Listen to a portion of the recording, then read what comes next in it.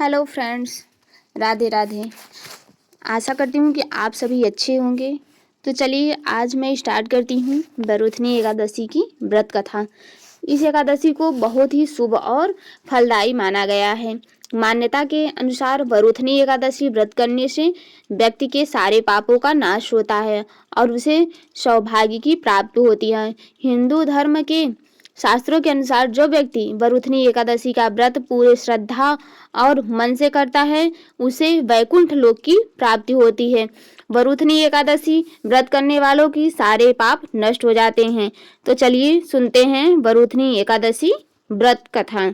प्राचीन काल में एक माधांता नाम का एक राजा नर्मदा नदी के तट पर राज्य करता था। वह अत्यंत दानी और तपस्वी था। राजा हमेशा धार्मिक कार्यों और पूजा पाठ में लीन रहता था।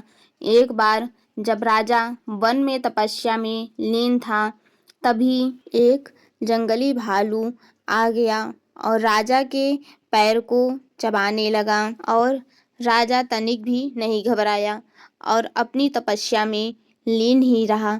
परंतु वह भालू राजा के पैर को चबाते हुए घसीटने ले जाने लगा। तभी राजा तपस्या धर्म का पालन करते हुए बिना क्रोध करते हुए अपनी रक्षा के लिए भगवान विष्णु से प्रार्थना की। और राजा की प्रार्थना सुनकर भगवान विष्णु वहां प्रकट हुए और अपने चक्र से उन्होंने भालू का वध कर दिया और राजा को बचा लिया। राजा के पैर को भालू पहले ही खा चुका था। जब राजा ने अपने पैर की हालत देखी तो उसे अत्यंत पीड़ा हुई। वह अपने पैर की हालत देखकर बहुत दुखी हुआ। अपने दुखी भक्त को देखकर भगवान विष्णु ने कहा, हे वत्स, तुम शोक ना करो, तुम मथुरा जाओ और वरुथनी एकादशी का व्रत करके मेरे वाराह अवतार की मूर्ति की पूजा करो। व्रत के प्रभाव से तुम फिर से संपूर्ण अंगों वाले हो जाओगे।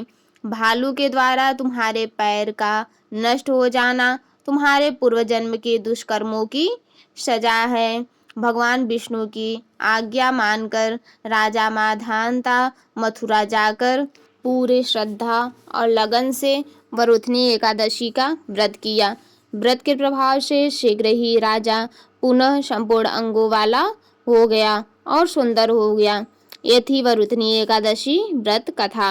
वरुथनी एकादशी के दिन सुबह जल्दी उठकर स्नान करने, स्वच्छ वस्त्र धारण करें। इसके बाद भगवान विष्णु की प्रतिमा को स्नान कराएं और इन्हें साफ सुथरे वस्त्र पहनाएं। ये प्रतिमा को रखने वाली चौकी पर गंगा जल छिड़क कर शुद्ध करें और भगवान विष्णु को विराजे। इसके बाद भगवान विष्णु को अक्षत, दीपक, पुष्प आदि से 16 सामग्री से पूजा करें। भगवान विष्णु पुष्प और धूप, दीप, तुलसी आदि अर्पित करें। व्रत के दिन भगवान विष्णु को भोग अवश्य लगाएं। रात के समय भगवान विष्णु और देवी लक्ष्मी की पूजा अवश्य करें और भगवान विष्णु को तुलसी दल अवश्य अर्पित करें। भगवान विष्णु को पीले वस्त्र, पीले पुष्प और पीले फूल और पीले खाद्य पदार्थों को ही अर्पित करना चाहिए और आपको भी पीले खाद्य पदार्थों का सेवन करना चाहिए।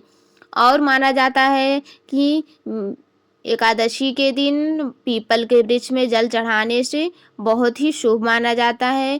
पीपल के वृक्ष में भी भगवान विष्णु का वास होता है। तो आज की कथा यहीं तक है। आगे मिलते हैं अगले वीडियो में। तब तक के लिए राधे राधे।